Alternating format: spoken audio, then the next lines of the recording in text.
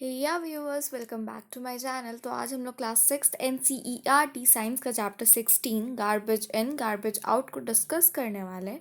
तो ज़्यादा बकबक किए बिना लेट्स स्टार्टेड। सबसे पहले जानते हैं व्हाट इज़ गार्बेज। ठीक है, गार्बेज टर्म से हम लोग क्या समझते हैं। तो ऐसा वेस्ट मटेरियल जो कि हाउस होल्ड एक्टिविटी से प्रोड्यूस होता है उसको हम लोग गार्बेज के नेम से जानते हैं। तो जो हमारा वेस्ट गार्बेज है वो बहुत सारे मटेरियल्स कंटेन करता है, जैसे हमारा वेजिटेबल का पील यानी छिलका हो गया, या फिर फ्रूट्स का, या फिर लीव्स हो गया, या फिर हमारा फूड प्रोडक्ट का जो भी कवर होता है ना वो प्लास्टिक वगैरह से वो हो गया, फिर वेस्ट पेपर हो गया। तो ये सारी चीज़ें हमारा गार्बेज में आती है। ठीक है, अब हम लोग देखते हैं वेस्ट क्या होता है। तो वेस्ट एक ऐसा सब्सटेंस होता है जो कि एक बार यूज़ करने के बाद वो उसका जो वर्थ होता है वो ख़त्म हो जाता है, वो वर्थलेस हो जाता है और हम लोग उसको दोबारा यूज़ नहीं कर सकते हैं। ठीक है, तो टाइप ऑफ वेस्ट दो तरह का वेस्ट होता है बेसिकली। एक बायोडिग्रेडेबल वेस्ट होता है और एक नॉन बायोडिग्रेडेबल वेस्ट होता है। बायोडिग्रेडेबल वेस्ट क्या होता है? ऐसा वेस्ट जो कि हमारा सॉइल में डिकम्पोज हो जाता है, और वहीं दूसरी साइड हमारा जो नॉन बायोडिग्रेडेबल वेस्ट होता है वो सॉइल में डिकम्पोज नहीं हो पाता है। ठीक है, वो एज इट इज़ बहुत टाइम तक रह जाता है। अब थोड़ा नॉन बायोडिग्रेडेबल वेस्ट को थोड़ा अच्छे से देखते हैं। ये एक ऐसा टाइप का वेस्ट होता है जो कि अपने दूसरे कंपाउंड्स में ब्रेक डाउन नहीं हो पाता है माइक्रो ऑर्गेनिज्म की हेल्प से, और लाइक एयर, मॉइस्चर, सॉइल, ये सारी चीज़ें इनको टाइम के साथ चेंज नहीं कर पाती हैं। ठीक है, नॉन बायोडिग्रेडेबल वेस्ट एनवायरनमेंट के लिए एक बहुत ख़राब चीज़ माना जाता है, क्योंकि इससे सॉइल का फर्टिलिटी भी बहुत कहीं ना कहीं कुछ हद तक बहुत ज़्यादा ही हार्म हो रहा होता है, और फिर हमारा जो लैंड होता है वो ऐसे भरा रहता है हमेशा, वो कभी खाली नहीं हो पाता है। ठीक है, और हमारा नॉन बायोडिग्रेडेबल वेस्ट का सबसे बेस्ट एग्जांपल है प्लास्टिक।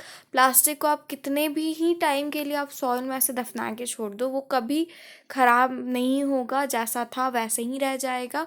और सॉइल अगर उसको आप जला रहे हो तो उसमें से हार्मफुल केमिकल्स निकलेंगे।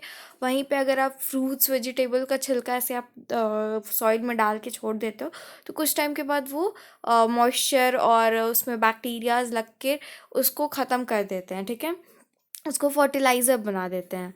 तो प्लास्टिक के बारे में थोड़ा जानते हैं। तो प्लास्टिक जो होता है वो सिंथेटिक और सेमी सिंथेटिक कंपाउंड्स होता है। ठीक है, यानी सिंथेटिक मतलब हम लोग पहले भी चैप्टर्स में पढ़े हैं, मेन मेड होता है, वो हम लोग को नेचुरली नहीं मिलता है। फिर जो हमारा प्लास्टिक होता है वो उसको हम लोग रिसाइकल कर सकते हैं, रीयूज़ कर सकते हैं, पर डिस्ट्रॉय नहीं कर सकते। ठीक है, उसको मेल्ट करके उसको डिफरेंट डिफरेंट स्ट्रक्चर दे सकते हैं, शीट्स हो गया या फिर वायर के शेप में, बट हम लोग उसको डिस्ट्रॉय कभी नहीं कर सकते हैं।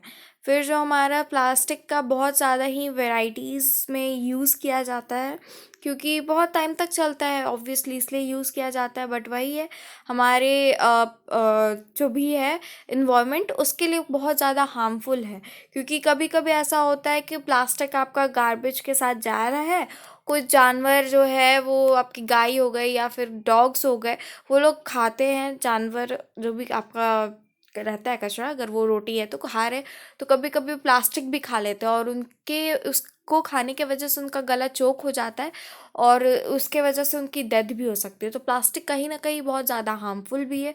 बट वही है कि हर चीज़ का दो यूज़ होता है, कहीं कुछ अच्छा यूज़ होता है तो कहीं वो ख़राब भी यूज़ होता है। तो बस यहाँ पे वही चीज़ें हैं।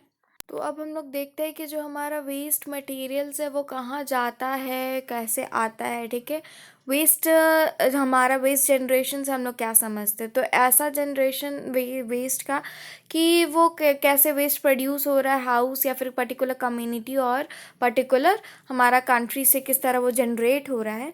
ठीक है, फिर जो हमारा फैक्ट एक हम लोग देखते हैं कि बेंगलोर जो है approximately 2480 tons garbage per day release करता है। सर्वे हमारा 2001 का स्टडी हम लोग को ये बता रहा है। ठीक है, तो आप सोच सकते हो कि पर डे इतने लोग, कितना ज़्यादा गार्बेजेस हम लोग फैला रहे होते हैं कंट्री में। ठीक है, तो जो हमारा जो डेवलप्ड नेशन है, जो पहले से डेवलपमेंट कर चुका है, वो बहुत ज़्यादा गार्बेज फैलाता है as compare to developing nation, या जो वैसा नेशन जो कि अभी भी डेवलप करने की कगार पे है, वो ट्राई कर रहा है डेवलप हो जाए, क्योंकि उसका जो रेट है कंजप्शन का, यानी उसको कंज्यूम जितना भी बहुत ज़्यादा हाई अमाउंट में वो लोग करते हैं सारी चीज़ें, ठीक है। तो ये हम लोग देख लिए। फिर हमारा वेस्ट सेग्रीगेशन क्या होता है, इसको थोड़ा सा जानेंगे हम लोग। ये एक ऐसा प्रोसेस होता है जिसमें हम लोग जो वेस्ट मटेरियल्स होते हैं उनको डिवाइड करते हैं टू कैटेगरीज में, ड्राई या फिर वेट। तो जो हमारा ड्राई हो गया उसमें जाता है हमारा वुड और रिलेटेड प्रोडक्ट्स, ठीक है, जैसे हमारा मेटल और ग्लास, ये सब सारी चीज़ें भी होती हैं उसमें। और जो हमारा वेट वेस्ट होता है उसमें टिपिकली हम लोग ऑर्गेनिक वेस्ट, जैसे कि हमारा वेजिटेबल का जो छिलका होता है, फ्रूट्स का छिलका हो गया, ये सारी चीज़ें उसमें इंक्लूडेड होती है। और कंपेयर करें हम लोग वेट और ड्राई को, तो जो वेट होता है वो थोड़ा सा ज़्यादा वेट का होता है, लाइक उसका वेट काफ़ी हैवी होता है, क्योंकि वो उसमें मॉइस्चर होता है ऑब्वियसली, तो वो थोड़ा ज़्यादा वेट का होता है। फिर जो हमारा लैंडफिल है वो क्या होता है, इसको थोड़ा सा देख लेते हैं। लैंडफिल होता है एक लो लाइंग एरिया होता है जिसमें कि सारा हम लोग वेस्ट मटेरियल्स को डालते हैं और डिकम्पोज करते हैं, ठीक है। तो ये हमारा लैंडफिल के नेम से जानते हैं। अब देखिए कि हम लोग रिसाइकलिंग क्या होता है। तो रिसाइकलिंग मोस्टली उस चीज़ को रेफर करते हैं जहाँ पे वेस्ट मटेरियल्स जो होता है उसको वापस से यूज़ करना, रिसाइकल करना, ठीक है। और जो रिसाइकलिंग प्रोसेस होता है वो तो एक सबसे पहले तो पॉल्यूशन को कम करने में हेल्प कर रहा है, ठीक है। और साथ ही साथ जो हमारा वेस्ट प्रोडक्ट्स है उनको वेस्ट करने में भी मतलब वेस्ट होने से भी बचा रहा है, ठीक है। फिर जो नेक्स्ट है हमारा पेपर। पेपर जो है वो ट्रीज से बनता है, जैसा कि हम लोग सब जानते हैं, ठीक है। और जो हमारा पेपर होता है वो रिसाइकल होता है बहुत इजी तरीके से। और प्लास्टिक जो है वो थोड़ा हार्मफुल होता है, बट वही पेपर जो होता है कंपैरिजन टू प्लास्टिक वो बिल्कुल हार्मफुल नहीं होता है। और प्लास्टिक के जैसा ही इसको हम लोग अल्टरनेटिव यूज़ कर सकते हैं अगर हम लोग चाहते हैं कि अपना इन्वायरमेंट बचा रहे, साफ़ रहे, क्योंकि प्लास्टिक तो कभी ऐसे हमारा वो नॉन बायोडिग्रेडेबल वेस्ट है, वहीं जो पेपर है हमारा बायोडिग्रेडेबल वेस्ट है, ये आराम से डिकम्पोज हो जाता है एक टाइम को, ठीक है। फिर हमारा जो है नेक्स्ट आएगा बायोडिग्रेडेबल वेस्ट। बायोडिग्रेडेबल वेस्ट ऐसा वेस्ट होता है जिसको कि माइक्रो ऑर्गेनिजम्स मिल के डिकम्पोज कर देते हैं वाटर, मीथेन, कार्बन डाइऑक्साइड या सिंपल ऑर्गेनिक मॉलिक्यूल्स में, ठीक है।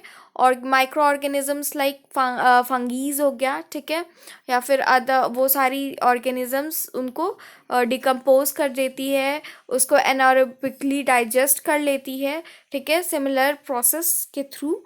और उससे हमारा जो इन्वायरमेंट है वो क्लीन रहता है, साफ़ रहता है, गंदा नहीं होता है, और उसमें हार्मफुल गैसेस प्रोड्यूस नहीं होती हैं, तो पॉल्यूशन भी कहीं ना कहीं कम हो रहा है। तो इसलिए भी हम लोग को कहा जाता है कि बायोडिग्रेडेबल वेस्ट ज़्यादा यूज़ करना चाहिए comparison to non biodegradable waste. अब हम लोग देखेंगे composting and vermi composting. Compost क्या होता है, तो कंपोस्ट जो होता है ऑर्गेनिक मैटर होता है जो कि डिकम्पोज हो जाता है, रिसाइकल्ड हो जाता है, फर्टिलाइजर्स में कन्वर्ट हो जाता है, जो सॉइल का न्यूट्रिशंस बढ़ाने में काफ़ी ज़्यादा हेल्पफुल होता है, ठीक है।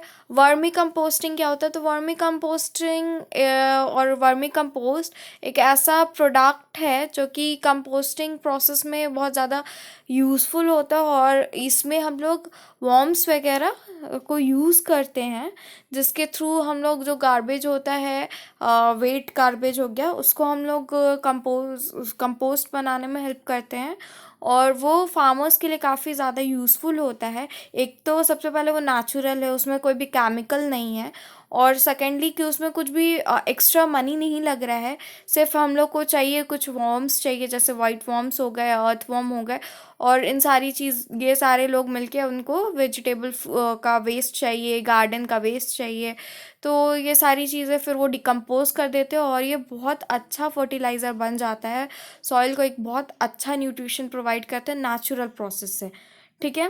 तो क्लियर हो गया होगा आपका क्या होता है ये दोनों। तो इसी के साथ ये चैप्टर होता है यहीं पे ख़त्म।